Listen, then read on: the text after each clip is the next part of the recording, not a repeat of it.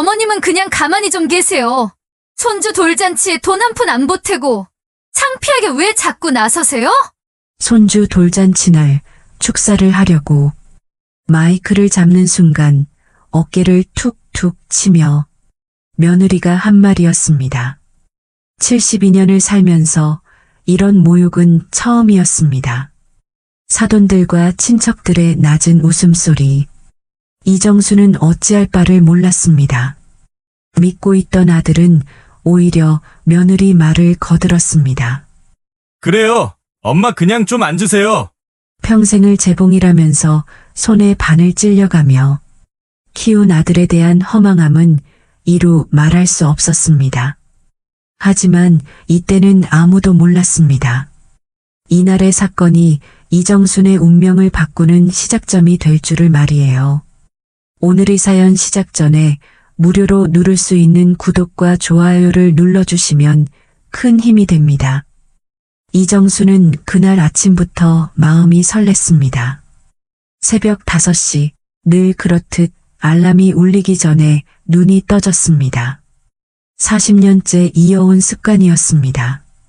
성수동 봉제 공장에서 하루 12시간씩 재봉틀 앞에 앉아 바늘에 손가락을 찔려가며 살아온 세월. 거친 손가락 끝마다 세월의 흔적이 새겨져 있었습니다.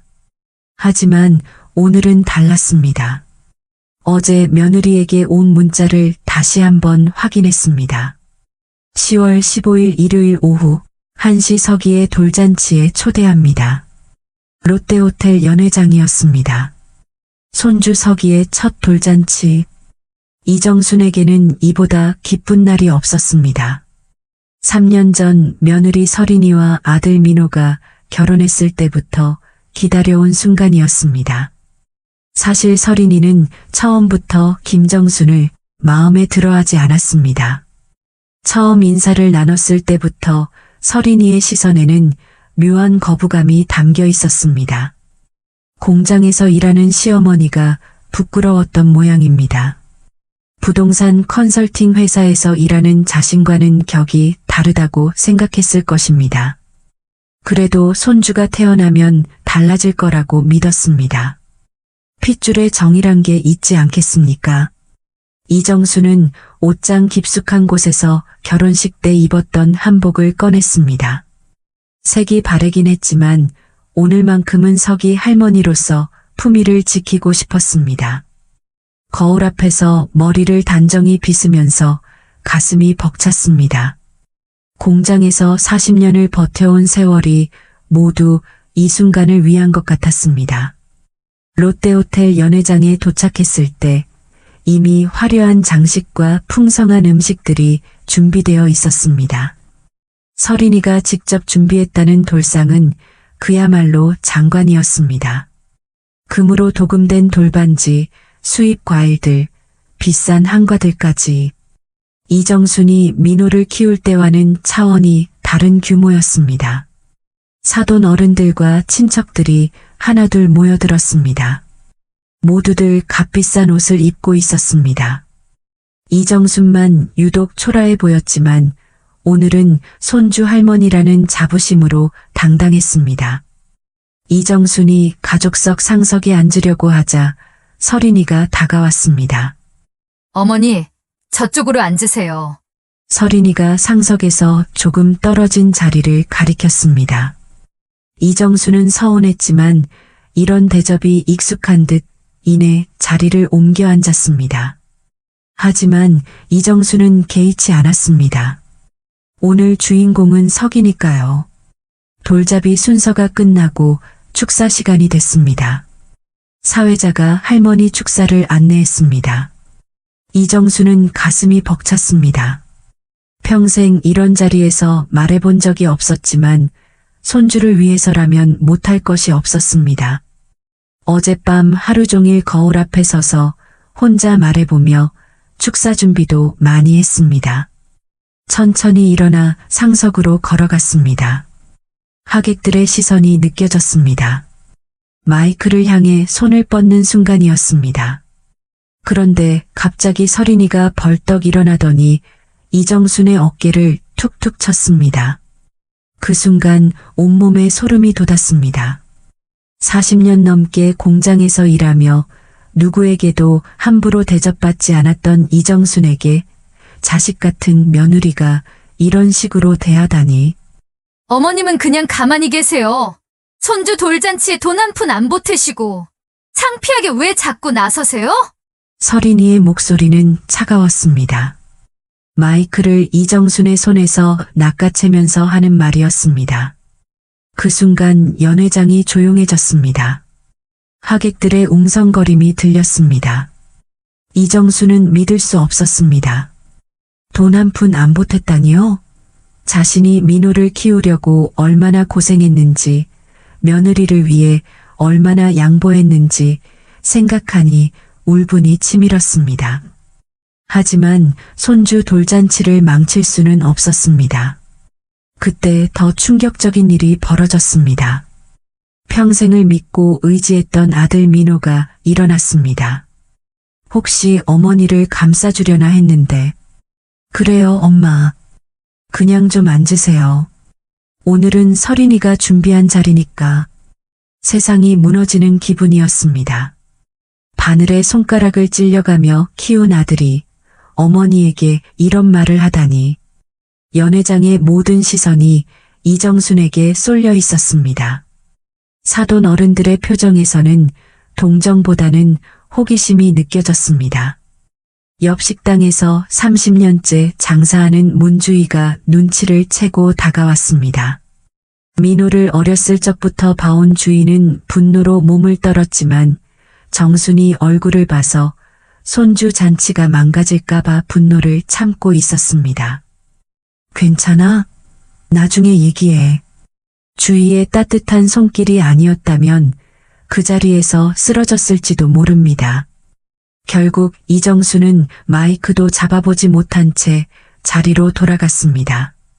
서린이는 마이크를 들고 유창하게 축사를 했습니다. 앞서 벌어진 소동은 마치 없었던 일처럼 하객들은 박수를 쳤습니다. 이정순만 혼자 그 화려한 잔치에서 투명인간이 된 기분이었습니다. 집으로 돌아오는 길 버스 안에서 눈물이 났습니다. 72년을 살면서 이런 모욕은 처음이었습니다. 손주 돌잔치에서 할머니가 이런 대접을 받다니. 그날 밤 잠이 오지 않았습니다. 남편 영수가 살아있었다면 이런 일이 벌어졌을까 생각했습니다. 며느리와 아들의 차가운 말들이 귓가에 맴돌았습니다. 재봉틀 소리만 들리던 평범한 일상이 그리웠습니다. 공장에서는 적어도 누구도 자신을 무시하지 않았습니다. 40년간 성실하게 일해온 베테랑이었으니까요. 하지만 그때는 몰랐습니다. 이 모욕이 인생의 가장 큰 전환점이 될 줄을. 그리고 서린이가 얼마나 큰 실수를 저질렀는지도. 새벽 5시 늘 그렇듯 이정수는 공장으로 향했습니다. 남편 영수와 함께 40년째 운영해온 봉제 공장이었습니다. 5년 전 남편이 급작스런 췌장암으로 세상을 떠나기 전 피땀 흘려 공장을 완전히 인수받았습니다. 이제는 이정순 혼자 직원 작지만 9명을 책임지는 사장이었습니다. 재봉틀 앞에 앉아 바늘을 움직이는 동안만큼은 마음이 편했습니다. 적어도 여기서는 누구도 자신을 무시하지 않았습니다.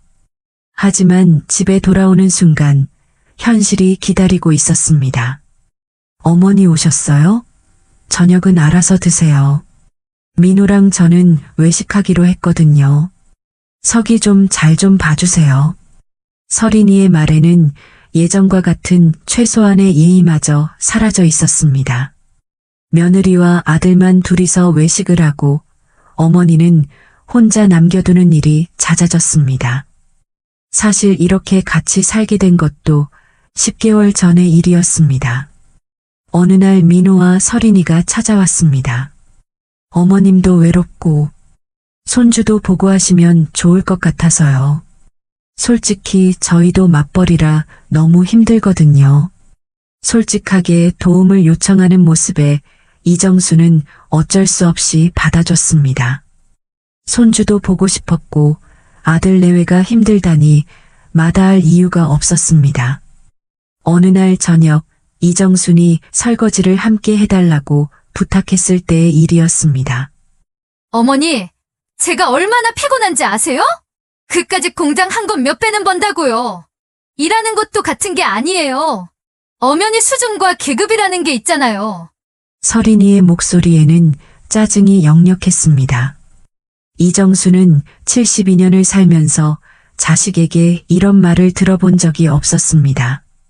하물며 며느리에게서 이런 대접을 받으리라고는 꿈에도 생각하지 못했습니다. 처음 인사를 나눴을 때는 그렇게 살갑게 굴었던 서린이였습니다. 같이 살자고 제안할 때도 어머님이 계시면 든든할 것 같아요라며 다정했었는데 이제는 이런 차가운 대우를 하다니. 직업에 격이 있다는 말에서 이정수는 며느리의 본성을 제대로 알 수 있었습니다. 겉으로는 교양 있는 척하지만 속마음은 이렇게 못된 사람이었구나 싶었습니다. 사실 이정순도 마음이 아팠습니다. 봉제 공장을 운영하고 있지만 코로나와 경제 침체로 직원들 월급 주고 나면 남는 게 거의 없었습니다. 집안 생활비에 많이 보태주질 못해서 미안했지만 그렇다고 이런 식으로 무시받을 일은 아니었습니다. 민호는 옆에서 듣고도 아무 말이 없었습니다. 아니, 오히려 서린이의 편을 들기 시작했습니다. 엄마, 서린이 말이 맞아요. 요즘 워킹맘들 힘들잖아요. 이정순의 가슴이 무너져 내렸습니다. 자신이 민호를 키우면서 얼마나 힘들었는지 아들은 기억조차 하지 못하는 것 같았습니다. 홀로 아이를 키우며 공장에서 일했던 그 힘든 시절을 말입니다. 주말이면 더욱 서러웠습니다. 민호와 서린이는 서기를 데리고 나들이를 갔습니다. 할머니는 초대받지 못했습니다. 나도 같이 가도 되겠니? 이정순이 조심스럽게 말을 꺼내자 서린이가 차갑게 대답했습니다. 어머니는 젊은 사람들 따라다니기 힘드실 거예요. 집에서 쉬세요. 손주와 함께 보내는 시간조차 허락받아야 하는 신세가 됐습니다. 이정수는 혼자 남은 집에서 죽은 남편이 즐겨 듣던 카세트 테이프를 들으며 시간을 보냈습니다. 그래도 유일한 낙은 밤에 조용히 남편이 생전에 즐겨 듣던 심수봉 노래 카세트를 듣는 것이었습니다. 남편의 목소리는 들을 수 없지만 같은 음악을 들으며 그리운 사람을 떠올리는 시간만큼은 평안했습니다. 어느 날 공장 한켠에서 남편과 함께 쉬던 낡은 사물함을 정리했습니다. 남편과의 추억이 될 만한 게 있을지도 모른다는 생각이 들었기 때문입니다. 사물함 깊숙한 곳에서 카세트 테이프 하나를 발견했습니다. 평소 듣던 심수봉 노래 테이프와는 다른 라벨도 없는 낡은 테이프였습니다. 집으로 돌아와 그 테이프를 항상 듣던 카세트에 넣고 재생해 보았습니다. 남편의 목소리가 흘러나왔습니다. 정순아, 너 때문에 걱정이 많다. 내가 없으면 어떻게 살까 싶어서. 그리운 목소리였습니다. 이정순의 눈에 눈물이 고였습니다. 하지만 계속 들어보니 이상했습니다. 남편이 무언가 중요한 이야기를 하고 있는 것 같았는데 중간중간 끊어져 잘 들리지 않았습니다. 투자 얘기는 왜 안 했냐고 하겠지만 내가 불안해할까봐. 자식들이 알면 무슨 투자 얘기인지 이해할 수 없었습니다. 남편은 평생 공장에서만 일했는데 무슨 투자를 했다는 것일까요? 테이프가 끝날 무렵 남편의 목소리가 또렷하게 들렸습니다. 혹시라도 문제가 생기면 상우를 찾아가라. 번호를 어딘가에 적어뒀을 텐데. 박상우? 이정수는 그 이름을 잘 알고 있었습니다. 남편의 월남전 전우이자 평생 친하게 지냈던 친구였습니다. 워낙 친하게 지냈던 터라 말까지 놓을 정도였습니다. 하지만 남편이 죽고 연락이 끊겨 소식도 모르고 지내고 있는 터였습니다. 이정수는 공장으로 와서 사물함을 더 뒤져보았습니다. 오래된 수첩 한 권이 나왔습니다. 남편의 손글씨로 여러 전화번호들이 적혀 있었습니다. 그 중에서 박상우라는 이름을 찾을 수 있었습니다. 하지만 이정수는 선뜻 전화를 걸 용기가 나지 않았습니다. 남편이 죽은 지 이제 5년이 지났는데 갑자기 전화를 걸어서 죽은 남편이 전화를 걸라고 했다고 하면 무슨 미친 사람 취급받을 것 같고 막막했습니다. 며칠이 지났습니다. 서린이의 구박과 경제적 압력은 계속됐습니다. 어머니, 저희가 집을 좀 넓혀야 할 것 같아요. 서기도 나중에 크고 어머니가 방을 차지하고 있으니 어머니는 어떻게 생각하세요? 서린이는 이제 아예 노골적으로 이정순을 내보내려고 압박했습니다. 민호는 여전히 아무 말이 없었습니다. 이정수는 그제야 깨달았습니다. 자신이 이 집에서 환영받지 못하는 존재라는 것을, 며느리에게는 짐이고 아들에게는 부담이라는 것을. 그날 밤 이정수는 다시 남편의 테이프를 들었습니다. 무언가 중요한 메시지가 담겨 있는 것 같았지만 여전히 이해할 수 없었습니다. 하지만 한 가지는 확실했습니다. 이대로는 살 수 없다는 것. 며느리의 무시와 아들의 외면 속에서 존엄을 잃고 살 수는 없다는 것. 이정수는 결심했습니다. 내일은 박상우에게 전화를 걸어보기로. 지금의 자신의 처지를 뭔가 해결해 줄 수 있을 것만 같은 느낌이 들었거든요. 하지만 이정수는 아직 몰랐습니다. 그 전화 한 통이 자신의 인생을 완전히 바꿔놓을 것이라는 사실을. 다음 날 아침, 이정수는 평소보다 일찍 공장에 도착했습니다. 밤새 남편의 목소리가 머릿속에서 맴돌았기 때문입니다. 무슨 투자 얘기였을까? 왜 자식들이 알면 탐낼 거라고 했을까?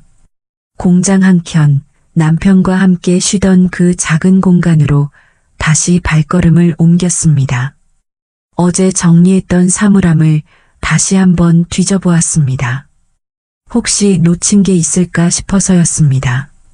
서랍 가장 깊숙한 곳, 오래된 공장 서류들 뒤에서 또 다른 카세트 테이프를 발견했습니다. 겉면에 남편의 손글씨로 정순이에게라고 적혀 있었습니다. 손이 떨렸습니다. 평소 듣던 심수봉 노래 테이프와는 완전히 다른 느낌이었습니다. 이정수는 그 테이프를 가슴에 꼭 안고 집으로 돌아왔습니다. 그날 저녁 서린이와 민호는 또 외식을 나갔습니다. 서기만 할머니와 함께 남았습니다. 이정수는 서기를 재우고 나서 조심스럽게 카세트를 재생했습니다. 남편 영수의 목소리가 지난번 테이프와는 다르게 선명하게 들려왔습니다. 정순아, 이 테이프를 듣고 있을 때는 내가 아마 세상에 없을 거야. 얘기를 어디서부터 어떻게 시작해야 할지 모르겠다. 너는 워낙 보수적이고 안전한 걸 좋아하니까 내가 한 일을 알면 깜짝 놀랄 거야. 이정순의 심장이 빨리 뛰기 시작했습니다. 남편이 무슨 일을 했다는 것일까요? 그때 당시 상우가 용산 개발 계획이 확실하다고 해서 상우 믿고 그쪽에다가 투자를 하고 수익이 많이 났어. 그 돈으로 지금 월세 내고 있는 우리 공장 건물과 근처 땅을 사놨어. 이정수는 의자에서 일어날 수가 없었습니다. 남편이 땅을 샀다니? 언제, 어떻게, 얼마나? 너는 모르겠지만 우리 공장 건물과 그 주변 땅 전부가 이제 우리 거야. 월세 낼 필요도 없고 상우가 좋은 조건으로 계약을 성사시켜줬어. 이정수는 믿을 수 없었습니다. 40년 넘게 월세를 내며 운영해온 공장이 사실은 자신들 소유라니. 그렇다면 왜 지금까지 월세를 내고 있었던 걸까요? 돈이 많이 들어서 너에게 말하기가 무서웠어. 혹시 실패하면 어쩌나 싶어서. 그런데 상우 말로는 이미 성공한 거나 다름없다고 하더라. 남편의 목소리에는 걱정과 기대가 섞여 있었습니다. 이정수는 눈물이 났습니다. 남편이 혼자 이런 큰 결정을 내리면서 얼마나 고민했을까 싶어서였습니다. 가장 중요한 건 모든 등기를 내 이름으로 했다는 거야. 상우가 그러는 게 낫다고 하더라. 세금 문제도 있고 내가 먼저 죽으면 상속 문제도 있어서 처음부터 정순이 내 이름으로 했다. 이정수는 잠깐 숨이 멎는 것 같았습니다. 등기가 자신 이름으로 되어 있다니? 그렇다면 자신이 모르는 사이에 땅 주인이 되어 있었던 건가요? 그리고 민호한테는 절대 말하지 마. 아직은 때가 아니야. 민호 녀석이 도박성이 강해서 알면 당장 팔자고 할 거고 그 돈을 다 날려버릴 게 뻔해. 당신은 너무 착하고 여려서 분명히 민호한테 다 얘기할 거야. 그게 내가 당신에게도 말하지 않는 이유야. 이정수는 왜 남편이 이런 말을 했는지 이제야 이해할 수 있었습니다. 민호의 성격과 내 성향까지 진작에 꿰뚫어보고 있었던 것입니다. 이 테이프를 들었다면 이제 무조건 상우를 찾아가라. 내가 미리 다 부탁해뒀어. 상우는 평생 믿을 수 있는 친구야. 테이프가 끝날 무렵 남편의 목소리가 더욱 진지해졌습니다. 정순아, 내 존엄은 내가 지켜야 한다. 누구에게도 구걸하지 말고 누구에게도 무시당하지 마라. 내가 남긴 이것들이 내가 당당하게 살 수 있는 힘이 되었으면 좋겠다. 사랑해. 이정수는 한참 동안 울었습니다. 남편이 자신을 얼마나 사랑했는지, 얼마나 먼 미래까지 생각해줬는지 알 수 있었습니다. 이정수는 떨리는 손으로 남편이 적어둔 박상우의 전화번호를 찾았습니다. 이제 모든 것을 확인해야 했습니다. 남편의 말이 정말인지, 자신이 정말 그 땅들의 주인인지. 전화기를 들고 번호를 누르려는 순간 현관문이 열리는 소리가 들렸습니다. 서린이와 민호가 돌아온 것 같았습니다. 이정수는 재빨리 카세트를 끄고 테이프를 감췄습니다. 어머니, 아직 안 주무세요? 서린이의 목소리였습니다. 평소와 똑같은 차가운 톤이었습니다. 하지만 이제 이정순의 마음가짐은 완전히 달라져 있었습니다. 응, 이제 잘 거다. 이정수는 침착하게 대답했습니다. 내일 아침 가장 먼저 박상우에게 전화를 걸어야겠다고 생각했습니다. 그리고 모든 진실을 확인한 후에는 며느리에게 제대로 된 교육을 시켜줘야겠다고 다짐했습니다. 다음 날 아침, 이정수는 평소보다 일찍 일어났습니다. 밤새 남편의 마지막 말이 머릿속에서 맴돌았습니다. 이 테이프를 들었다면 이제 무조건 상우를 찾아가라. 공장에 가기 전 이정수는 떨리는 손으로 박상우의 전화번호를 눌렀습니다. 신호음이 몇 번 울린 후 중후하고 낮은 목소리가 들렸습니다. 여보세요? 박상우 씨 핸드폰인가요? 형수님이시죠? 박상우입니다. 이정수는 깜짝 놀랐습니다. 남편이 죽기 전에는 가장 친한 사이라 자주 봤고 편하게 반말까지 했던 사이지만 5년 전 남편 장례식 이후 처음 듣는 목소리인데도 바로 알아봤다니. 형수님 전화 계속 기다렸습니다. 영수 형이 언젠가 형수님이 연락하실 거라고 했거든요. 박상우의 목소리는 따뜻했습니다. 이정수는 목이 메어 한동안 말을 잇지 못했습니다. 상우야, 남편이 남긴 테이프를 들었어. 무슨 일인지 도통 모르겠어. 그러셨군요. 형수님, 아마 궁금하신 게 많으실 겁니다. 내일 오후에 시간 되세요? 제 사무실로 와주시면 자세히 말씀드리겠습니다. 박상우는 마치 이런 전화를 기다렸다는 듯 침착했습니다. 이정수는 문자로 수신된 명함을 보았습니다. 주소와 함께 화신자산개발 대표 박상우라고 적혀 있었습니다. 전화를 끊고 나서도 이정순의 마음은 복잡했습니다. 정말 남편 말이 사실일까? 자신이 모르는 사이에 부동산 소유주가 되었다는 게 믿어지지 않았습니다. 그날 하루 종일 공장에서 일하는 내내 집중할 수 없었습니다. 재봉틀 소리도 평소와 다르게 들렸습니다. 집으로 돌아와서도 마음이 편치 않았습니다. 서린이는 평소와 똑같이 차가운 시선으로 이정순을 맞았습니다. 어머니, 오늘 일찍 들어오셨네요? 저녁 준비는 안 하셨고요? 이정순은 며느리를 바라보며 속으로 생각했습니다. 내일이면 모든 게 확실해질 거야. 그때까지만 참자. 응, 오늘은 좀 피곤해서. 다음 날 오후 이정수는 생전 처음 강남구에 있는 고층 빌딩을 찾았습니다. 화신자산개발은 20층에 위치해 있었습니다. 엘리베이터를 타면서 가슴이 두근거렸습니다. 사무실 문을 열자 박상우가 반갑게 맞아주었습니다. 69세라고 하기에는 정정해 보였습니다. 양복을 단정히 차려입은 모습이 영수와 함께 있던 예전 기억과는 사뭇 달랐습니다. 형수님, 오랜만입니다. 기다렸습니다. 얼굴이 많이 상하셨네요. 그동안 고생 많으셨습니다. 박상우는 이정순을 응접실로 안내했습니다.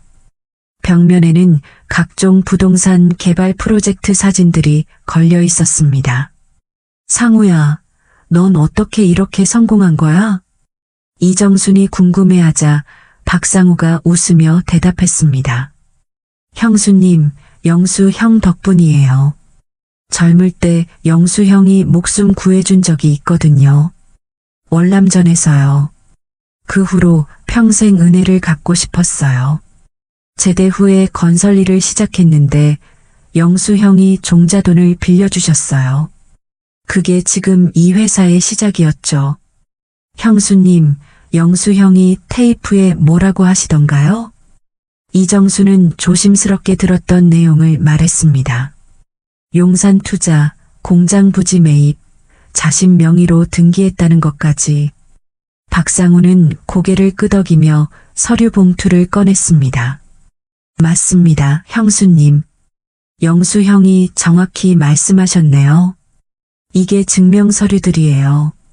박상우가 내민 서류들을 보는 순간 이정수는 현실이라는 것을 실감했습니다. 부동산 등기부등본에 분명히 이정순이라는 이름이 적혀 있었습니다. 성수동 일대 총 1200평, 공장 건물과 주변 부지 전체가 형수님 소유입니다. 현재 시세로 계산하면 대략 120억 정도 되겠네요. 이정수는 의자에 주저앉았습니다. 120억? 실감도 되지 않는 액수였습니다. 영수 형이 용산 개발로 번 돈을 여기에 모두 투자하셨어요. 정말 해안이 있으신 분이었습니다. 성수동도 곧 재개발될 예정이거든요. 박상우는 또 다른 서류를 보여주었습니다. 성수동 재개발 계획서였습니다. 2년 후면 이 일대가 전면 재개발됩니다. 그때가 되면 지금의 몇 배 가치가 될 거예요. 영수 형이 정말 대단하신 분이었어요.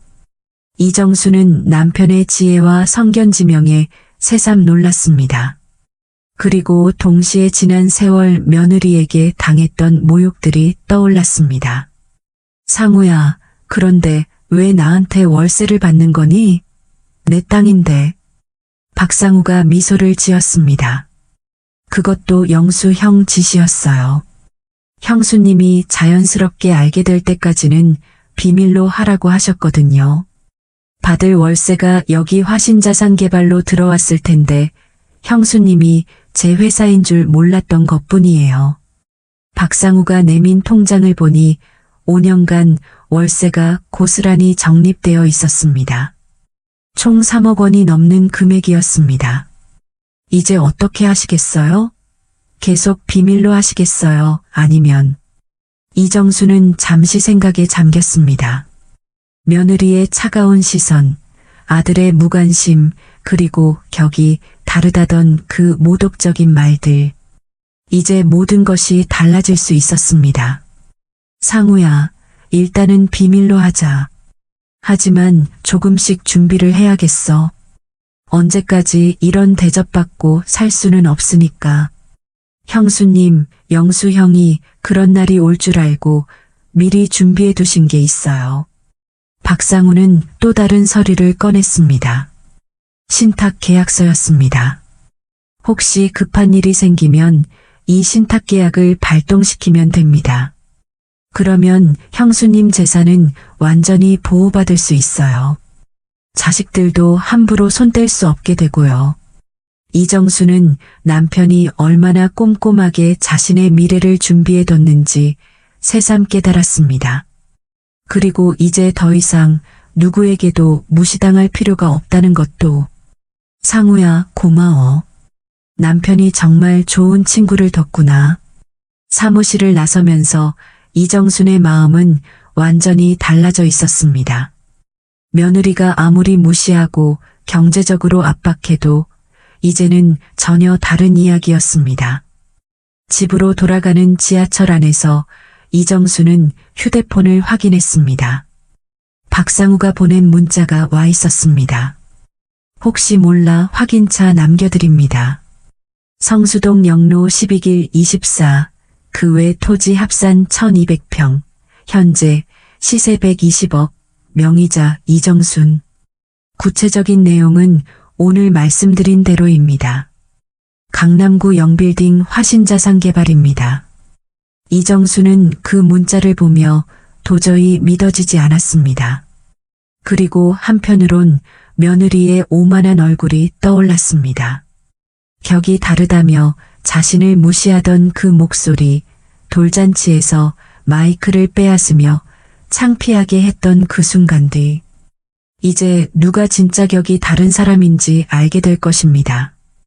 이제 모든 것이 준비되었습니다.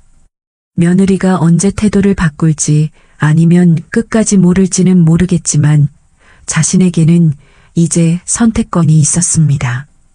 이때 서린이는 아직 몰랐습니다.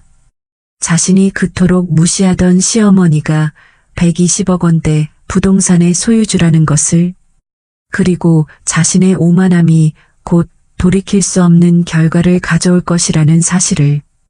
이정순이 박상우의 사무실에서 돌아온 지 사흘이 지났습니다. 그동안 평소와 똑같이 공장 일을 하고 집에서는 며느리의 차가운 시선을 받으며 지냈습니다. 하지만 마음가짐은 완전히 달라져 있었습니다. 120억. 그 숫자가 머릿속에서 맴돌았습니다. 며느리가 격이 다르다며 무시할 때마다 이정수는 속으로 생각했습니다. 진짜 격이 다른 게 누구인지 곧 알게 될 거야. 그날 저녁 이정수는 부엌에서 설거지를 하고 있었습니다. 휴대폰을 싱크대 옆에 둔 채로 말입니다. 서린이와 민호는 거실에서 텔레비전을 보고 있었습니다. 갑자기 휴대폰에서 알림 소리가 들렸습니다. 문주희에게서 온 문자였습니다. 언니, 내일 점심이나 같이 먹을까? 오랜만에. 평범한 문자였습니다. 하지만 그 순간 서린이가 물을 마시러 부엌으로 들어왔습니다. 이정순의 휴대폰 화면을 힐끗 보더니 비웃는 표정을 지었습니다. 에휴, 빈털터리들끼리 잘들 논다. 하지만 그때 서린이의 눈에 다른 문자가 들어왔습니다. 바로 위에 떠있던 박상우의 문자였습니다. 문주희 문자 때문에 화면이 켜지면서 그 윗줄까지 보이게 된 것입니다. 성수동 영로 12길 24, 그 외 토지 합산 1200평, 현재 시세 120억, 명의자 이정순. 서린이는 눈을 의심했습니다. 120억? 명의자 이정순? 설마 시어머니가? 심장이 빠르게 뛰기 시작했습니다. 손에 힘이 빠져 물컵을 놓칠 뻔했습니다. 하지만 분명히 그렇게 적혀 있었습니다. 화신자산개발이라는 업계에서 유명한 회사명까지 함께 말입니다. 어머니, 이건 뭐예요? 서린이가 떨리는 목소리로 물었습니다. 이정수는 당황한 표정을 지었습니다.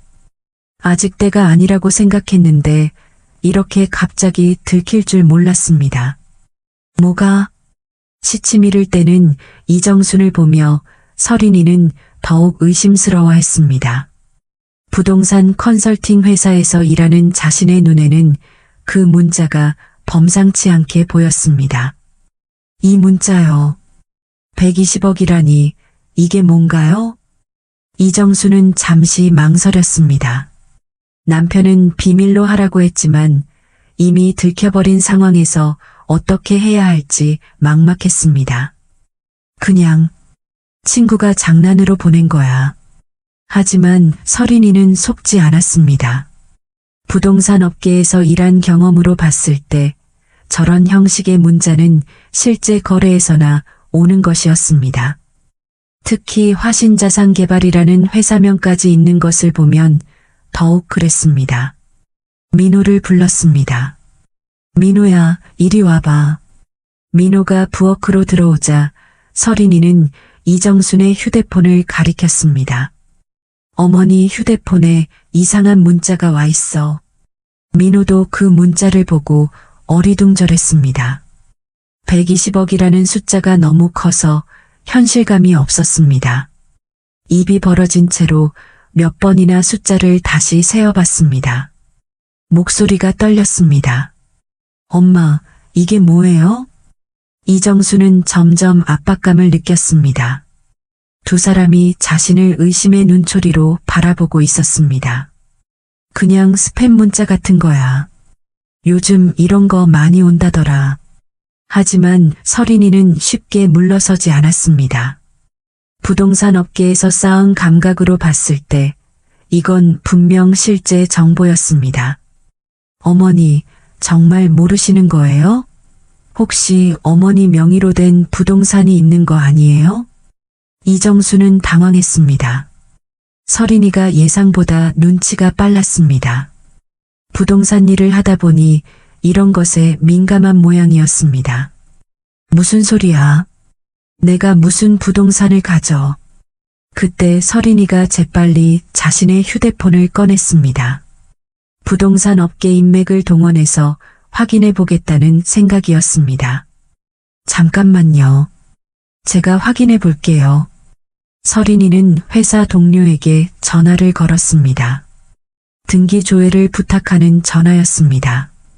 성수동 영로 12길 24번지 등기 좀 확인해 줄 수 있어? 급한 일이 있어서. 몇 분 후 서린이의 휴대폰이 울렸습니다. 동료로부터 온 회신이었습니다. 서린이가 통화를 마치고 나서 표정이 완전히 달라져 있었습니다. 어머니, 정말 모르셨어요? 성수동 일대 1200평이 어머니 명의로 되어 있다는데요? 이정수는 이제 더 이상 숨길 수 없다는 것을 깨달았습니다. 민호와 서린이가 자신을 빤히 쳐다보고 있었습니다. 그게 난 잘 모르는 일인데. 스팸 문자라니까 왜 자꾸 묻는 거야? 당황하며 대답하는 이정순의 태도를 보고 윤서리는 직감했습니다. 그리고 지금까지 무시하고 차갑게 대했던 것이 거짓말처럼 갑자기 다정한 목소리가 나왔습니다. 어머니, 왜 이런 중요한 일을 말씀 안 하셨어요? 저희가 도와드릴 수 있는데. 민호도 마찬가지였습니다. 평소에는 관심도 없던 어머니에게 갑자기 관심을 보이기 시작했습니다. 엄마, 언제부터 이런 부동산이 있었어요? 관리는 어떻게 하고 계세요?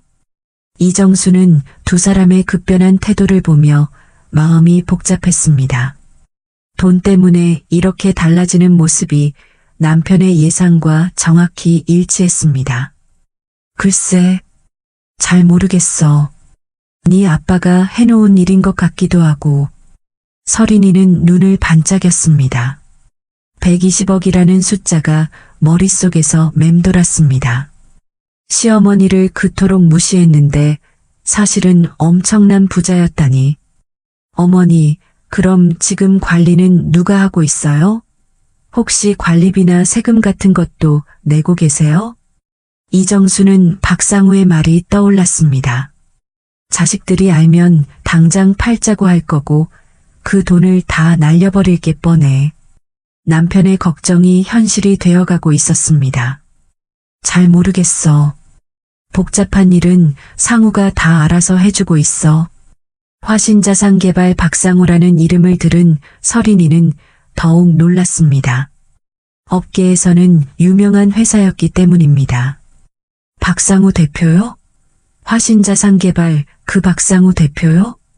어머니가 그분과 아시는 사이세요?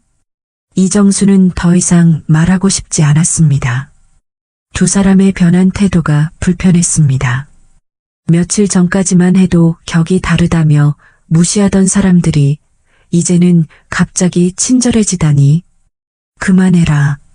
이만 피곤하니 난 들어가야겠다. 이정순이 자리를 피하려 하자 서린이가 재빨리 막아섰습니다. 어머니, 잠깐만요. 이런 중요한 일을 혼자 감당하시면 안 돼요. 저희가 도와드릴게요.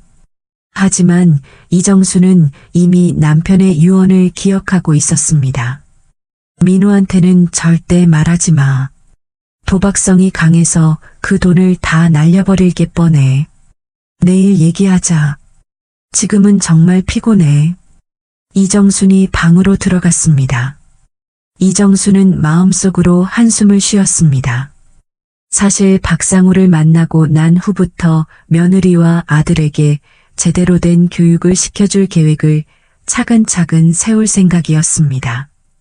언제 어떻게 진실을 알려주고 그동안의 무시와 모욕에 대해 어떤 식으로 응징할지 밤마다 생각해왔었지요. 하지만 이렇게 갑작스럽게 들켜버리니 머릿속이 하얘졌습니다. 준비해둔 말들은 모두 사라지고 그저 당황스러운 마음만 남았습니다. 특히 두 사람이 180도 달라진 태도를 보이며 갑자기 친절하게 구는 모습을 보니 더욱 역겹고 괘씸했습니다. 남편이 예상했던 상황이 정확히 벌어지고 있었지만 막상 현실로 닥치니 제대로 된 반격을 하지 못한 자신이 답답했습니다. 서린이와 민호는 거실에서 수군거리기 시작했습니다. 민호야, 이거 대박이야. 120억이라고. 우리가 몰랐던 사이에 어머니가 이런 부자였다니. 민호도 흥분했습니다. 갑자기 눈앞에 엄청난 재산이 나타난 것 같았습니다. 그런데 관리를 박상우 대표가 하고 있다는 게 좀 걱정이야. 혹시 수수료를 너무 많이 떼가는 건 아닐까? 서린이는 이미 머릿속으로 계산을 하고 있었습니다. 120억의 몇 %만 해도 엄청난 돈이었습니다. 우리가 나서서 관리해야겠어. 전문가인 내가 있잖아. 하지만 두 사람은 아직 몰랐습니다. 이정순이 그들의 변한 태도를 모두 지켜보고 있다는 것을, 그리고 이 모든 상황이 남편이 미리 예상했던 시나리오와 정확히 일치한다는 것을. 다음 날 아침부터 변화는 시작됐습니다. 평소 같으면 이정순이 공장에 가는 시간에도 잠들어 있던 민호와 서린이가 일찍 일어나 있었습니다. 어머니, 아침 준비해 드릴게요. 서린이가 먼저 부엌으로 달려가 아침 준비를 하기 시작했습니다. 지금까지 한 번도 해본 적 없던 일이었습니다. 이정수는 어리둥절했습니다. 괜찮아, 내가 할게. 아니에요, 어머니. 제가 할게요. 어머니는 그동안 너무 고생하셨잖아요. 민호도 마찬가지였습니다. 평소에는 어머니와 눈도 마주치지 않던 아들이 갑자기 관심을 보이기 시작했습니다. 엄마, 오늘 공장 일 많으세요? 혹시 힘든 일 있으면 말씀하세요. 이정수는 이런 변화가 불편했습니다. 120억이라는 숫자 때문에 갑자기 달라진 대우였다는 것을 너무나 잘 알고 있었기 때문입니다. 그날 저녁에도 마찬가지였습니다. 평소 같으면 외식하거나 각자 알아서 먹던 저녁을 서린이가 정성스럽게 준비했습니다. 어머니, 좋아하시는 갈치조림 해드렸어요. 서린이는 이정순 옆에 앉아 반찬까지 떠다 주었습니다. 며칠 전까지만 해도 격이 다르다며 무시하던 것이 거짓말 같았습니다.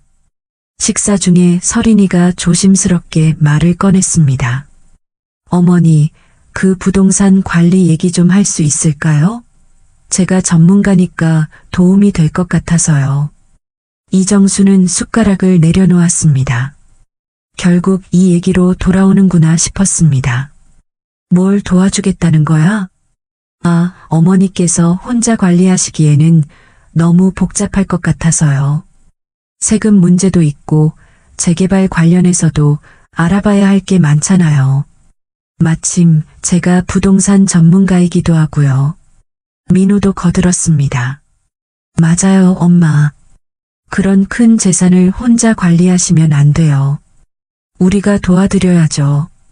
이정수는 두 사람의 말을 들으며 남편의 목소리가 떠올랐습니다. 남편이 왜 비밀로 하라고 했는지 이제야 확실히 알 것 같았습니다. 그렇게 관심 없던 어머니 일에 왜 갑자기 관심을 보이는 거야? 이정순의 직설적인 질문에 서린이가 당황했습니다. 하지만 이내 억지로 미소를 지으며 대답했습니다. 어머니, 그동안 제가 서툴렀던 점이 있었다면 죄송해요. 앞으로는 진짜 가족처럼 지내고 싶어요. 이정수는 서린이의 거짓말 같은 미소를 보며 역겨움을 느꼈습니다. 돈 때문에 이렇게 변하는 사람들의 모습이 남편의 예상과 정확히 일치했습니다. 그날 밤 이정순이 방에서 쉬고 있을 때 거실에서 수군거리는 소리가 들렸습니다.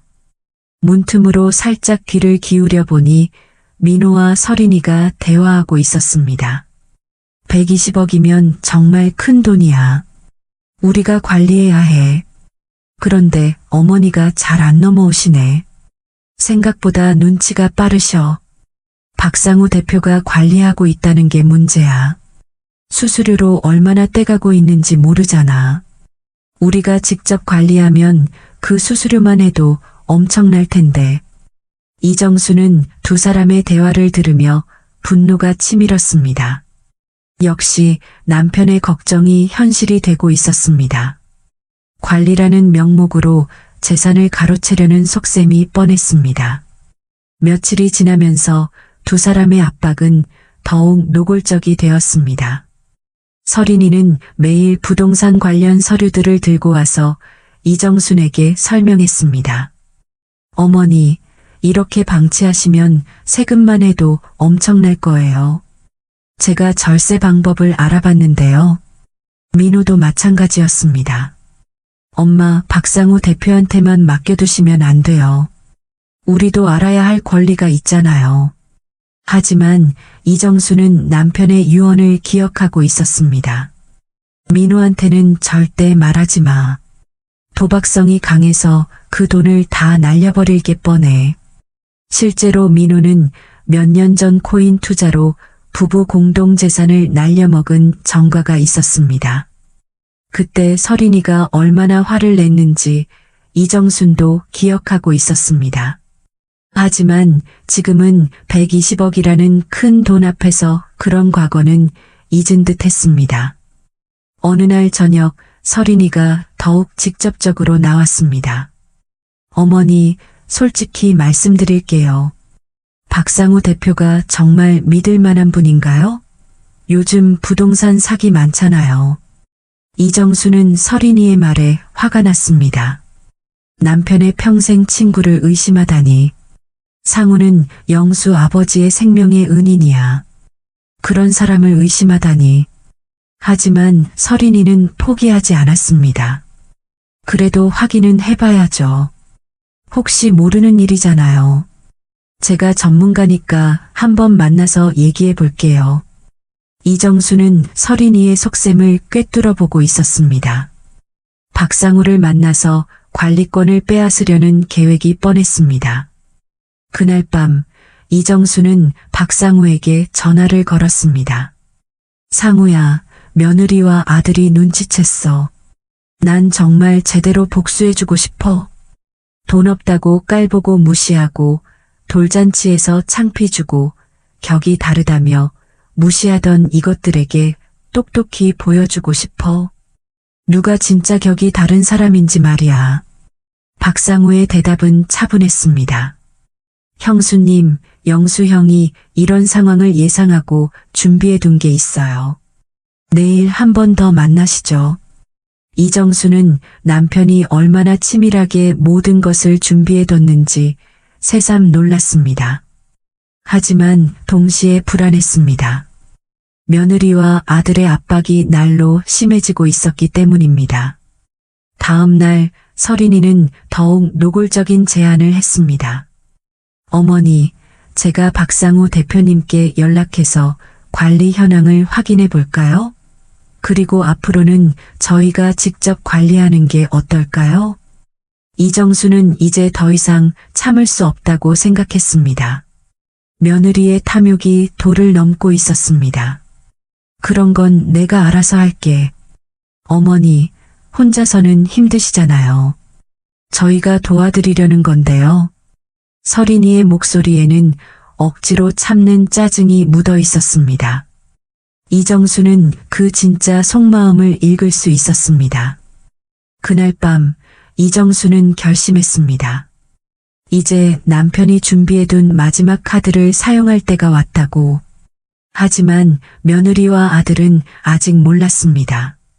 이정순이 그들의 모든 계획을 꿰뚫어 보고 있다는 것을, 그리고 곧 그들의 탐욕이 어떤 결과를 가져올지도. 다음 날 이정수는 바로 박상우를 찾아갔습니다. 화신자산개발 사무실로 가는 길에 이정수는 새삼 박상우의 성공을 실감했습니다.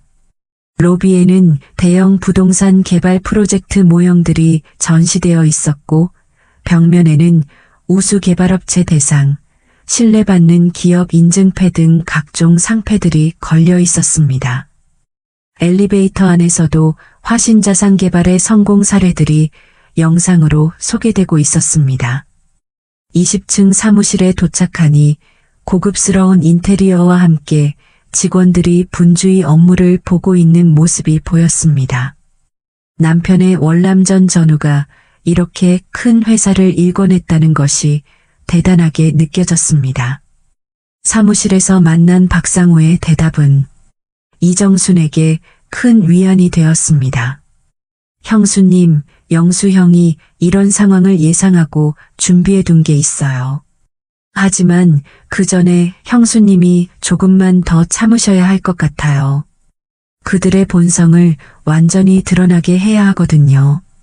그렇지 않으면 형수님이 아무리 원하지 않아도 자식이라는 이유만으로 일정 부분 가져갈 수도 있어서 최대한 철두철미하게 준비해야 합니다. 그들이 스스로 탐욕과 악랄함을 드러내도록 해야 법적으로도 완벽하게 막을 수 있어요. 그래서 말인데요. 형수님 어려우시겠지만 혹시라도 심상찮은 대화나 상황이 오면 핸드폰으로 꼭 녹음이나 녹화 영상을 찍어 놓으세요.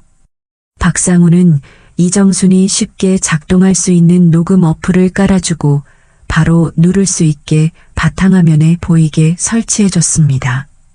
이정수는 박상우의 말에 고개를 끄덕였습니다. 남편이 얼마나 치밀하게 계획을 세워뒀는지 새삼 놀라웠습니다. 다음 날부터 며느리와 아들의 압박은 더욱 교묘해졌습니다. 서린이는 이정순의 일상을 세심하게 관찰하기 시작했습니다. 어머니, 어제 약 드셨어요? 아침 식사 시간에 서린이가 물었습니다. 이정수는 혈압약을 복용하고 있었는데 평소에는 관심도 없던 일이었습니다. 응, 먹었어. 그런데 서린이는 이상한 행동을 했습니다. 몰래 이정순의 약통을 확인하더니 약봉투에 적힌 복용 시간을 바꿔놓았습니다.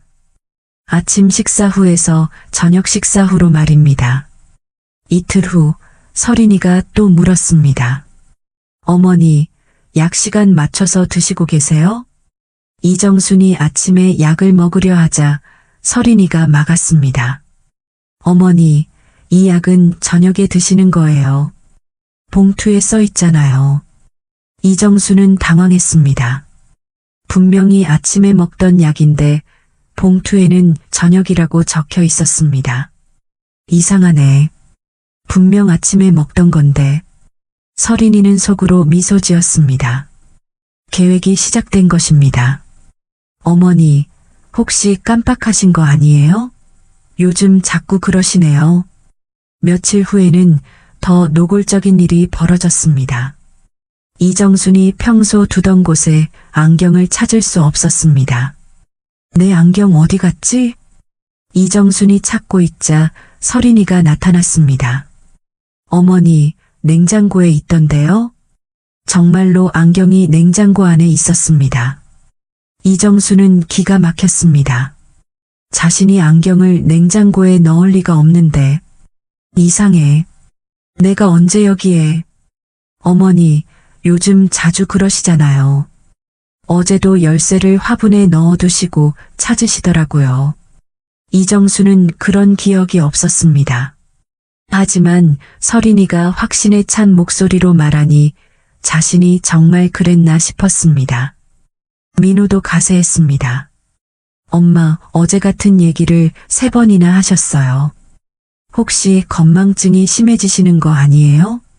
이정수는 혼란스러웠습니다. 정말 자신이 그랬을까요? 나이가 드니 기억력이 예전 같지 않은 것은 사실이었습니다. 서린이는 이런 이정순의 모습을 지켜보며 계획을 더욱 정교하게 실행했습니다. 벽시계를 몰래 30분씩 빠르게 맞춰놓기도 하고 이정순이 늘 쓰던 지갑을 다른 곳에 숨겨두기도 했습니다. 어머니, 또 지갑을 잃어버리셨네요. 어제는 신발장에 있었는데 오늘은 또 어디에 두셨을까요? 서린이의 목소리에는 걱정보다는 짜증이 섞여 있었습니다. 이정수는 점점 자신감을 잃어갔습니다. 가장 충격적인 것은 서린이가 지인들 앞에서 하는 말이었습니다. 이웃 주민들과 마주칠 때마다 서린이는 일부러 큰 소리로 말했습니다. 어머님이 요즘 자꾸 깜빡깜빡 하시잖아요. 같은 말씀을 몇 번씩 하시고 물건도 자꾸 잃어버리시고. 이웃들은 동정 어린 시선으로 이정순을 바라봤습니다. 이정순은 얼굴이 화끈거렸습니다. 민호도 회사 동료들에게 비슷한 말을 하고 다녔습니다. 저희 어머니가 요즘 치매기가 있으신 것 같아서 걱정이에요. 큰 재산이 있는데 혼자 관리하시기엔 무리인 것 같아요. 이런 소문이 돌기 시작하자 이정수는 외출하는 것조차 부담스러워졌습니다. 사람들이 자신을 이상하게 보는 것 같았습니다. 어느 날 저녁, 민호가 본격적인 제안을 했습니다. 엄마, 우리가 얘기해봤는데요. 혹시 치매라도 오시면 큰일이잖아요. 그 전에 재산 정리를 하시는 게 어떨까요? 전문가인 서린이한테 맡기시고 화신자산 개발 같은 큰 회사는 그래도 친자식인 제가 직접 관리하는 게 맞을 것 같아요. 이정수는 민호의 말에 움찔했습니다. 결국 이 얘기가 나왔구나 싶었습니다. 무슨 재산 정리? 서린이가 나섰습니다. 어머니, 솔직히 말씀드릴게요. 치매가 오면 판단 능력이 없어지잖아요. 그러면 법적으로도 문제가 생길 수 있어요. 미리 저희한테 관리권을 넘겨주시는 게 안전할 것 같아요. 노후는 걱정하지 마세요. 평생 저희가 편안하게 모실게요. 아들이랑 손주랑 여생을 행복하게 사시면 돼요. 이정수는 서린이의 말을 듣고 있자니 분노가 치밀었습니다. 치매라는 거짓말로 재산을 빼앗으려는 속셈이 뻔했습니다. 난 멀쩡해. 무슨 치매야? 어머니, 치매 환자는 자신이 치매라는 걸 전혀 몰라요. 지금 어머니가 그 단계일 수 있다니까요? 서린이의 말에 민호도 거들었습니다. 맞아요, 엄마. 객관적으로 보면 요즘 정말 깜빡하는 일이 많으세요. 전문의한테 한번 보이시는 게 어떨까요? 이정수는 두 사람의 짜고 치는 듯한 모습에 화가 났지만 내색하지 않았습니다. 박상우가 말했던 것처럼 그들의 본성을 완전히 드러나게 해야 했습니다. 그날 밤 서린이와 민호는 거실에서 심상치 않은 대화가 들렸습니다. 이정수는 방문을 살짝 열고 엿들었습니다. 그때 박상우의 말이 떠올랐습니다. 그들의 본성을 완전히 드러나게 해야 한다. 이정수는 재빨리 핸드폰을 꺼내 녹음 버튼을 눌렀습니다. 이제 슬슬 투자 얘기를 해야 하는 거 아니야? 120억을 그냥 놔둘 수는 없잖아. 그런데 어머니가 쉽게 안 넘어와. 생각보다 정신이 멀쩡하셔. 그러니까 치매 연기를 더 확실하게 해야 해. 병원에서 진단서라도 받으면 법적으로 후견인 신청할 수 있어. 이정수는 두 사람의 대화를 들으며 온몸이 떨렸지만 핸드폰을 꼭 쥐고 모든 말을 녹음했습니다. 후견인 신청까지 생각하고 있다니 정말 치밀하고 악랄한 계획이었습니다. 하지만 이제 결정적인 증거를 확보했습니다.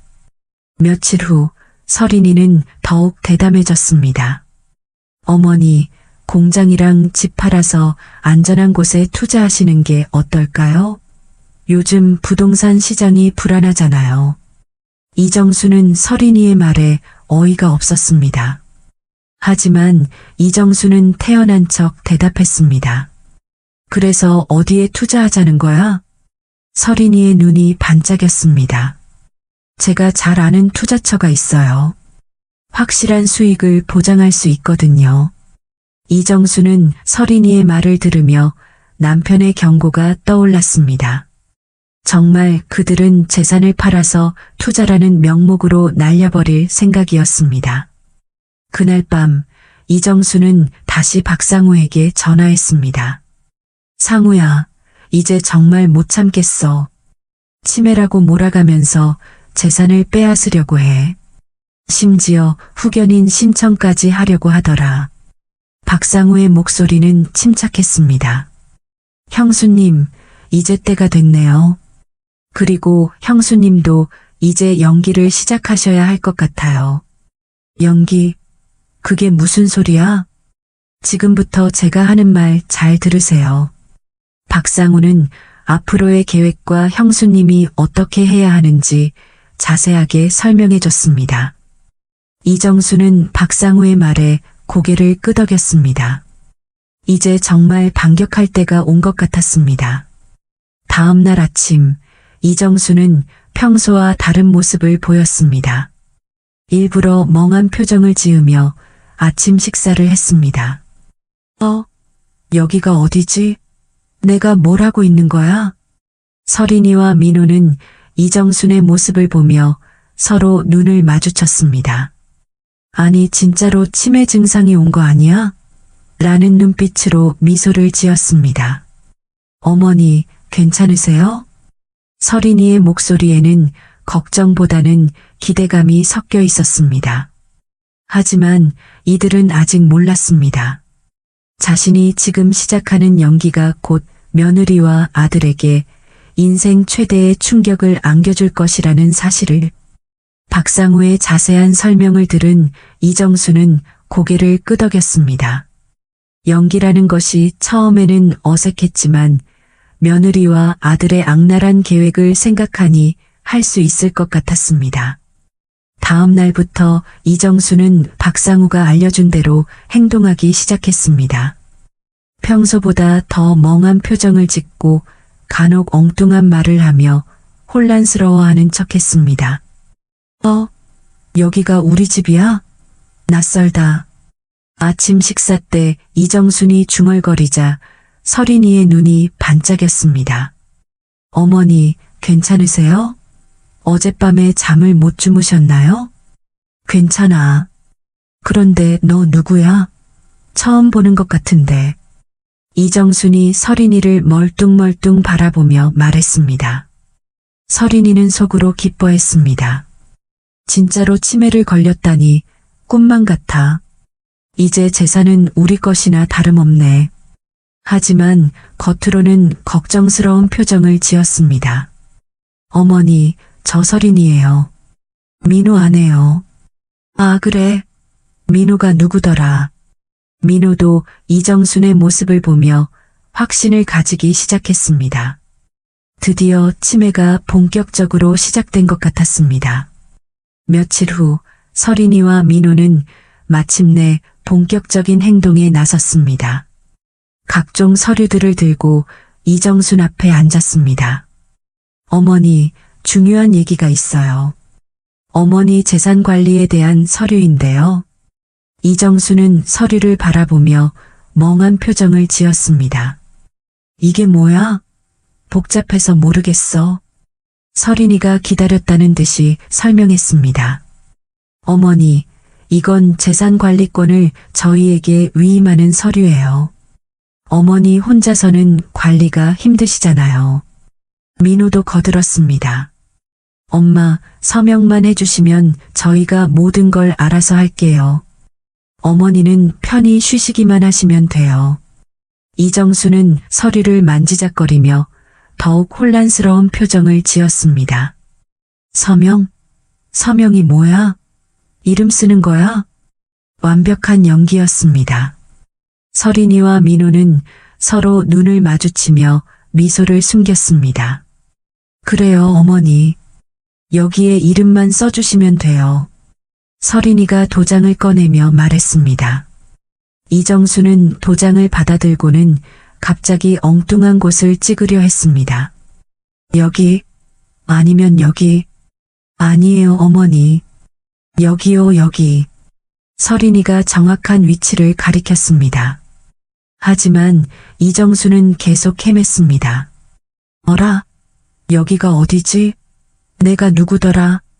완전히 치매에 걸린 것처럼 보이는 이정순의 모습에 서린이와 민호는 거의 확신을 가졌습니다. 어머니, 천천히 하세요. 서두르지 마시고요. 이정수는 도장을 들고 있다가 갑자기 테이블 위에 올려놓았습니다. 피곤해. 나중에 할게. 서린이는 조급해졌습니다. 이 기회를 놓칠 수 없었습니다. 어머니, 지금 하시는 게 좋을 것 같아요. 나중에 또 까먹으실 수도 있잖아요. 그때 이정순이 갑자기 표정을 바꿨습니다. 혼란스럽던 눈빛이 또렷해지더니 서린이와 민호를 빤히 바라봤습니다. 내가 치매라고? 아니야, 너희 탐욕이 치매지. 나도 설마 하면서 마지막으로 내가 진짜 치매인지 시험해 본 거야. 혹시 내가 정말 치매면 너희가 어떻게 할지 궁금했거든. 병원에 데려가서 치료받게 할지 아니면 지금처럼 바로 서류부터 들이밀지 말이야. 순간 방 안의 공기가 얼어붙었습니다. 서린이와 민호는 무슨 일인지 이해할 수 없었습니다. 어머니, 무슨 말씀이세요? 이정수는 천천히 일어나더니 서랍에서 무언가를 꺼냈습니다. 바로 휴대폰이었습니다. 너희가 나눈 대화 다 녹음했어. 들어볼래?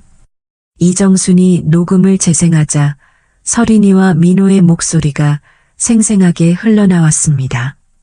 이제 슬슬 투자 얘기를 해야 하는 거 아니야? 120억을 그냥 놔둘 수는 없잖아. 그러니까 치매 연기를 더 확실하게 해야 해. 병원에서 진단서라도 받으면 법적으로 후견인 신청할 수 있어.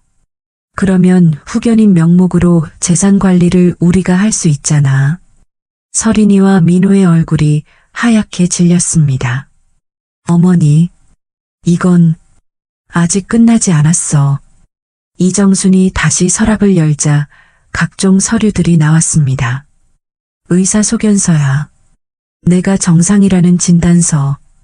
그리고 이건 변호사가 작성한 모든 증거 자료들. 그때 현관벨이 울렸습니다. 이정순이 문을 열자 박상우와 함께 정장을 입은 남자가 들어왔습니다. 안녕하십니까? 법무법인 정의에서 나온 김 변호사입니다. 박상우가 이정순 옆에 서며 말했습니다. 형수님, 준비 완료됐습니다.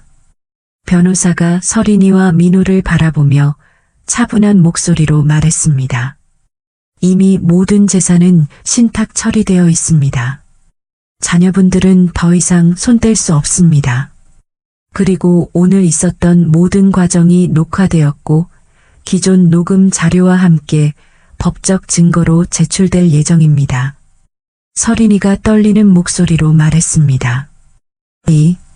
이게 무슨 일이에요? 저희는 어머니를 위해서. 이정순이 차갑게 대답했습니다. 나를 위해서? 돌잔치 때 마이크 빼앗으며 격이 다르다고 했을 때도 나를 위해서였나? 창피하게 왜 자꾸 나서냐고 했을 때도 사람을 계급으로 나누고 노인이라고 무시하고 돈 없다고 깔보면서 그게 나를 위해서였다고? 서린이는 할 말을 잃었습니다. 자신들이 했던 모든 모욕과 무시가 고스란히 기억되고 있었던 것입니다. 민호가 절망적인 목소리로 말했습니다. 엄마, 정말 죄송해요. 제가 잘못했어요. 이정수는 아들을 바라보며 단호한 표정을 지었습니다. 민호야, 내가 코인으로 날린 돈 때문에 서린이가 화내는 거 다 봤어. 그래서 더욱 120억에 눈이 멀었겠지. 하지만 그건 내 어머니를 이용해도 되는 이유가 아니야. 내가 너를 어떻게 키웠는지 기억 안 나니? 내 아버지와 함께 40년 동안 봉제 공장에서 새벽부터 밤늦게까지 일하면서 손가락에 바늘 찔려가며 번 돈으로 너 학비 대고, 너 먹여 살리고, 아플 때 병원비 내고, 너 대학 졸업할 때까지 내가 얼마나 고생했는지 알기나 해? 서린이와 같이 나를 무시하고 내가 무시당할 때 방관하고 아니 오히려 며느리 말을 거들었으면서 그런데 이제 와서는 이 애미를 치매로 몰고 재산을 빼앗으려고 해? 민호는 과거의 실수까지 들춰지자 더욱 위축됐습니다. 너희들이 그러고도 인간이냐? 72년을 산 이 늙은이를 속이고 우롱해서 재산 빼앗는 게 자식이 할 일이냐? 박상우가 차분하게 상황을 정리했습니다. 영수 형이 모든 것을 예상하고 대비해뒀습니다. 재산은 신탁으로 완전히 보호되어 있고 형수님은 평생 안전하게 관리받으실 수 있습니다. 변호사가 덧붙였습니다. 그리고 오늘 일어난 일들은 사기 미수와 강요 미수에 해당할 수 있습니다. 하지만 어머님의 뜻에 따라 처벌 수위가 결정될 것입니다. 이정수는 서린이와 민호를 바라보며 말했습니다. 너희들에게 한 가지만 말해주고 싶어. 사람의 존엄은 돈으로 살 수 없고 돈 때문에 팔 수도 없어. 나는 72년을 살면서 그것만은 지켜왔어. 서린이는 눈물을 흘리며 빌었습니다. 어머니, 정말 죄송해요. 다시는 이런 일 없을게요. 하지만 이정순의 마음은 이미 굳어져 있었습니다. 이제 너희가 어떤 선택을 하든 상관없어. 나는 내 존엄을 지켰고 내 남편이 남겨준 것들도 지켜냈어. 그날 오후 서린이와 민호는 짐을 싸서 집을 떠났습니다. 평생을 만져보지도 못할 120억은 손끝에서 사라졌고 오히려 법적인 문제까지 안게 되었습니다. 이정수는 빈집에서 남편의 카세트 테이프를 들었습니다. 심수봉의 노래가 흘러나오는 가운데 남편의 목소리가 떠올랐습니다. 정순아, 내 존엄은 내가 지켜야 한다. 이정수는 창밖을 바라보며 속으로 말했습니다.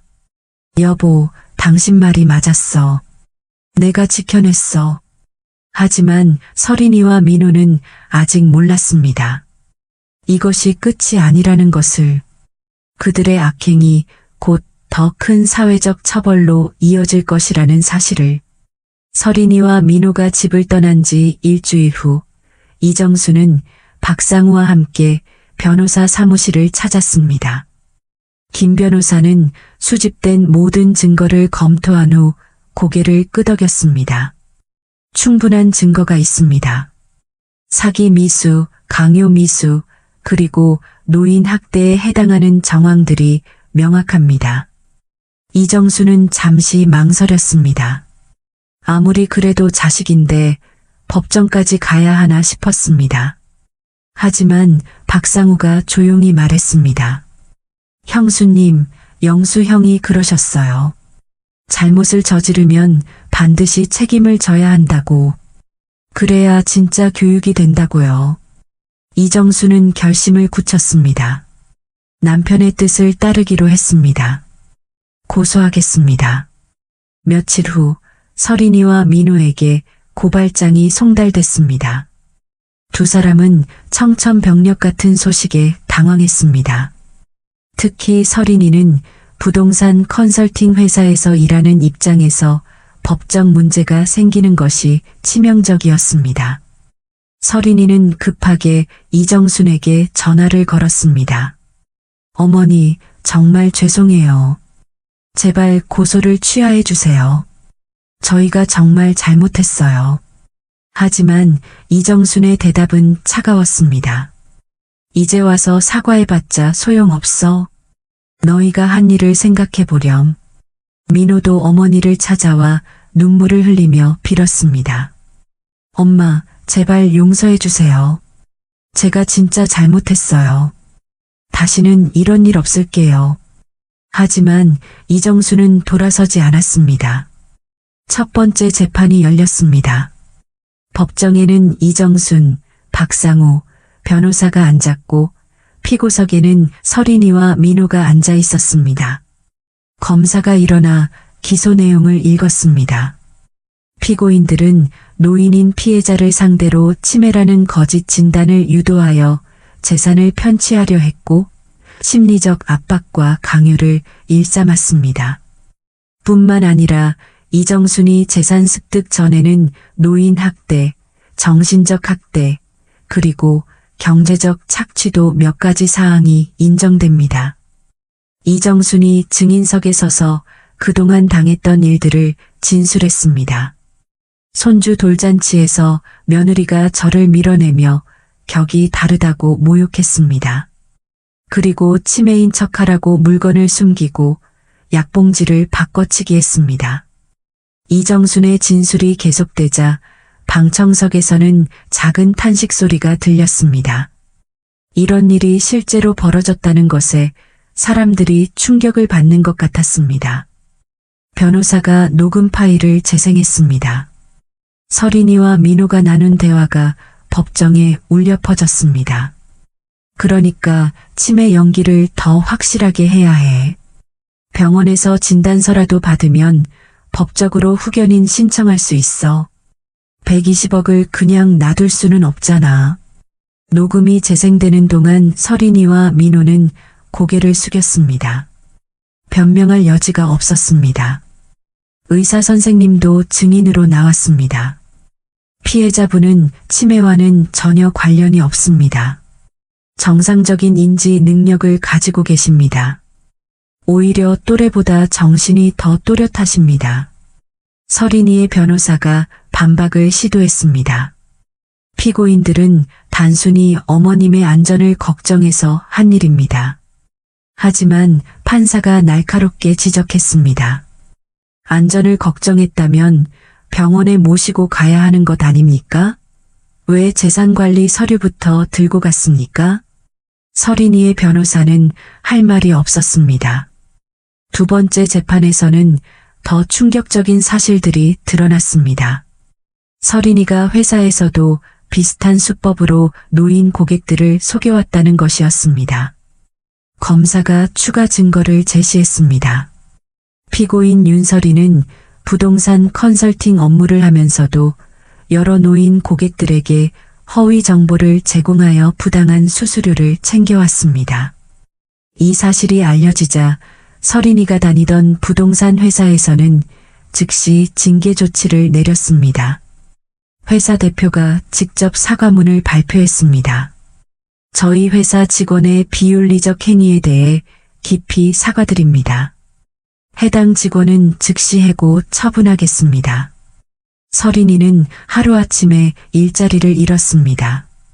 부동산 업계에서도 그녀의 악행이 소문이 나면서 다른 회사에서 일할 기회도 사라졌습니다. 민호도 마찬가지였습니다. 회사에서 어머니를 상대로 사기를 시도했다는 소문이 퍼지면서 직장에서의 입지가 좁아졌습니다. 동료들의 시선이 차가워졌고 승진에서도 제외됐습니다. 세 번째 재판에서 최종 판결이 내려졌습니다. 판사는 엄숙한 표정으로 판결문을 읽기 시작했습니다. 피고인들은 부모를 상대로 재산 편취와 협박을 일삼은 행위를 저질렀습니다. 특히 노인을 대상으로 한 범죄는 사회적으로 용납될 수 없습니다. 피고인 윤서린에게는 사기 미수 및 강요 미수로 징역 1년의 집행유예 2년을 선고합니다. 피고인 최민호에게는 같은 죄목으로 징역 8개월의 집행유예 2년을 선고합니다. 또한 피해자에게 정신적 피해에 대한 손해배상금 각각 500만 원씩을 지급하라고 명령합니다. 판결이 내려지자 서린이는 눈물을 흘렸습니다. 민호도 마찬가지였습니다. 하지만 이정수는 전혀 동정하지 않았습니다. 판결 후 법정 밖에서 서린이와 민호가 다시 한번 사과했습니다. 어머니, 정말 죄송합니다. 용서해 주세요. 하지만 이정순의 대답은 단호했습니다. 용서는 하겠어. 하지만 관계는 끝이야. 너희들이 선택한 길이니까 끝까지 가보렴. 그 후 서린이와 민호의 삶은 완전히 달라졌습니다. 서린이는 부동산 업계에서 퇴출당했고 다른 일자리를 찾기도 어려워졌습니다. 민호는 회사에서 좌천되었고 경제적으로도 어려움을 겪게 됐습니다. 한편 이정수는 평온한 일상을 되찾았습니다. 박상우가 관리하는 신탁을 통해 안정적인 생활을 보장받았고 무엇보다 자신의 존엄을 지켜냈다는 뿌듯함이 있었습니다. 법정에서의 승리는 단순히 재산을 지킨 것 이상의 의미가 있었습니다. 72년을 살면서 한 번도 굽히지 않았던 자존심을 마지막까지 지켜낸 것이었습니다. 하지만 서린이와 민호는 아직 몰랐습니다. 이것이 정말 끝이 아니라는 것을. 그들의 악행이 사회에 알려지면서 더 큰 응징이 기다리고 있다는 사실을. 법정에서의 승리 이후 6개월이 지났습니다. 이정순의 일상은 완전히 달라져 있었습니다. 더 이상 누구 눈치를 보며 살 필요도, 무시당하며 참을 필요도 없었습니다. 아침에 눈을 뜨면 가장 먼저 하는 일은 남편의 카세트 테이프를 듣는 것이었습니다. 심수봉의 노래가 흘러나오는 가운데 이정수는 창밖을 바라보며 남편에게 말을 걸었습니다. 여보, 당신이 남겨준 선물 덕분에 내 존엄을 지켰어. 고마워. 박상우는 약속대로 모든 재산을 신탁으로 완벽하게 관리해주고 있었습니다. 매달 생활비와 수익금이 안정적으로 들어왔고 이정수는 경제적 걱정 없이 편안한 노후를 보낼 수 있게 되었습니다. 하지만 이정순이 가장 뿌듯해하는 것은 따로 있었습니다. 신탁 수익의 일부를 공장 직원들의 복지와 지역 장학금으로 사용하기로 한 것이었습니다. 박상우가 정기적으로 찾아와 보고했습니다. 형수님, 이번 달에도 공장 직원들 보너스 지급했고 성수동 청소년 장학금도 10명에게 지급했습니다. 이정수는 만족스럽게 고개를 끄덕였습니다. 그래야지. 혼자 다 가져봤자 무슨 소용이야. 나누면서 살아야 복이 와. 공장도 예전보다 활기를 띠었습니다. 직원들은 이정순을 더욱 존경하게 되었고 회사 분위기도 한결 좋아졌습니다. 이정순이 직접 나서서 직원들과 소통하는 시간도 늘렸습니다. 한편 서린이와 민호의 삶은 계속 어려웠습니다. 서린이는 부동산 업계에서 완전히 퇴출된 후 아르바이트로 생계를 이어가고 있었습니다. 민호도 회사에서 좌천된 후 경제적으로 힘든 상황이 계속되고 있었습니다. 어느 날 이정수는 우연히 마트에서 서린이를 마주쳤습니다. 서린이는 마트 직원 유니폼을 입고 있었습니다. 예전에 당당했던 모습은 온데간데 없었습니다. 서린이는 이정순을 보자 고개를 숙였습니다. 부끄러워서 얼굴을 들 수 없었습니다. 이정수는 잠시 서린이를 바라보다가 조용히 지나갔습니다. 더 이상 할 말이 없었습니다. 어느 일요일 오후 이정수는 문주희와 함께 동네 카페에 앉아 있었습니다. 30년 지기 친구와의 시간은 여전히 소중했습니다. 언니, 그래도 마음이 편해졌지? 문주희가 따뜻하게 물었습니다. 응, 이제는 민호 엄마가 아니라 이정순으로 살고 있어. 그게 제일 좋아. 이정순의 얼굴에는 평온한 미소가 떠올랐습니다. 그날 저녁 이정순은 혼자 저녁을 먹으며 생각에 잠겼습니다. 72년을 살면서 가장 힘들었던 시기를 겪었지만 결국 이겨냈습니다. 그 과정에서 진정한 인간의 품격이 무엇인지 깨달았습니다. 박상우가 가끔 전화를 걸어 안부를 물었습니다. 형수님, 건강은 어떠세요? 필요한 게 있으시면 언제든 말씀하세요. 고마워, 상우야. 내가 있어서 든든해. 이정수는 진심으로 감사했습니다. 남편의 친구가 이렇게까지 자신을 챙겨주다니 세상에는 아직 따뜻한 사람들이 있다는 것을 실감했습니다. 어느 날 밤 이정수는 남편과 함께 찍었던 오래된 사진을 보며 추억에 잠겼습니다. 젊은 시절 봉제 공장에서 함께 일하던 모습, 민호가 어렸을 때 가족 사진들. 힘들었지만 행복했던 시간들이었습니다. 영수야, 우리가 그때는 가난했지만 마음만은 부자였지. 지금 생각해보니 그때가 제일 행복했던 것 같아. 이정수는 카세트 플레이어에서 흘러나오는 심수봉의 노래를 들으며 마음을 정리했습니다. 몇 달 후 성수동의 재개발 소식이 구체화되었습니다. 박상우의 예상대로 이정순의 재산 가치는 더욱 높아질 전망이었습니다. 하지만 이정순에게는 돈보다 중요한 것이 있었습니다. 박상우가 찾아와 말했습니다. 형수님, 재개발되면 지금의 몇 배 가치가 될 것 같습니다. 정말 영수 형이 해안이 있으셨어요. 이정수는 고개를 끄덕이며 답했습니다. 그 사람 참 똑똑했어. 하지만 나는 돈보다 더 큰 걸 얻었어. 내 존엄 말이야. 어느 따뜻한 봄날, 이정수는 공장 옥상에서 성수동 전경을 바라보았습니다. 40년 넘게 살아온 이 동네, 남편과 함께 일궈온 이 공간이 새삼 소중하게 느껴졌습니다. 진짜 세상 물정은 돈이 아니라 사람의 마음을 아는 거였어. 이정수는 혼자 중얼거렸습니다.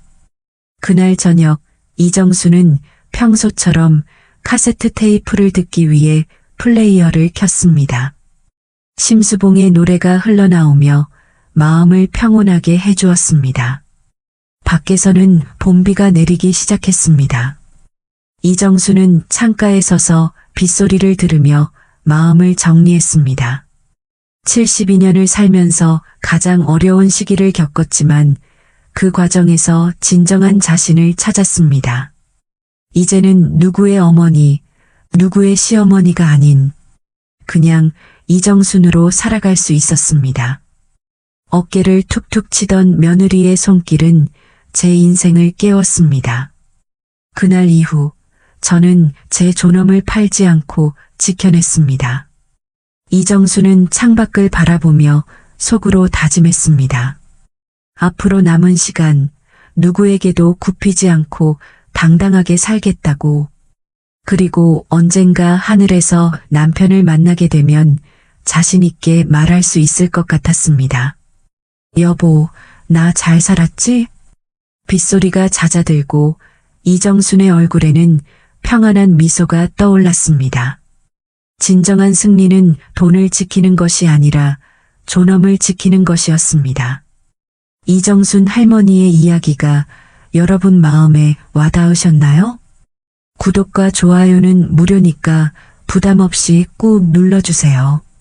댓글로 여러분의 생각도 들려주시면 사연보름달이 더 좋은 이야기로 찾아뵙겠습니다. 감사합니다.